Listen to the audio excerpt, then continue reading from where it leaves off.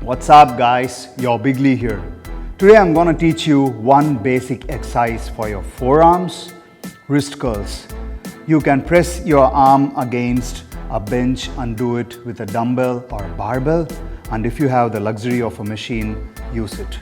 Right now I have the wrist curl machine, so I'm going to demonstrate on it.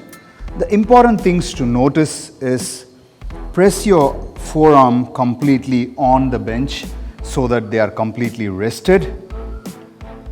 Hold the weights with your fingers gripped perfectly, and then turn your wrist so that you can contract your forearms. Once you find full contraction, stretch it.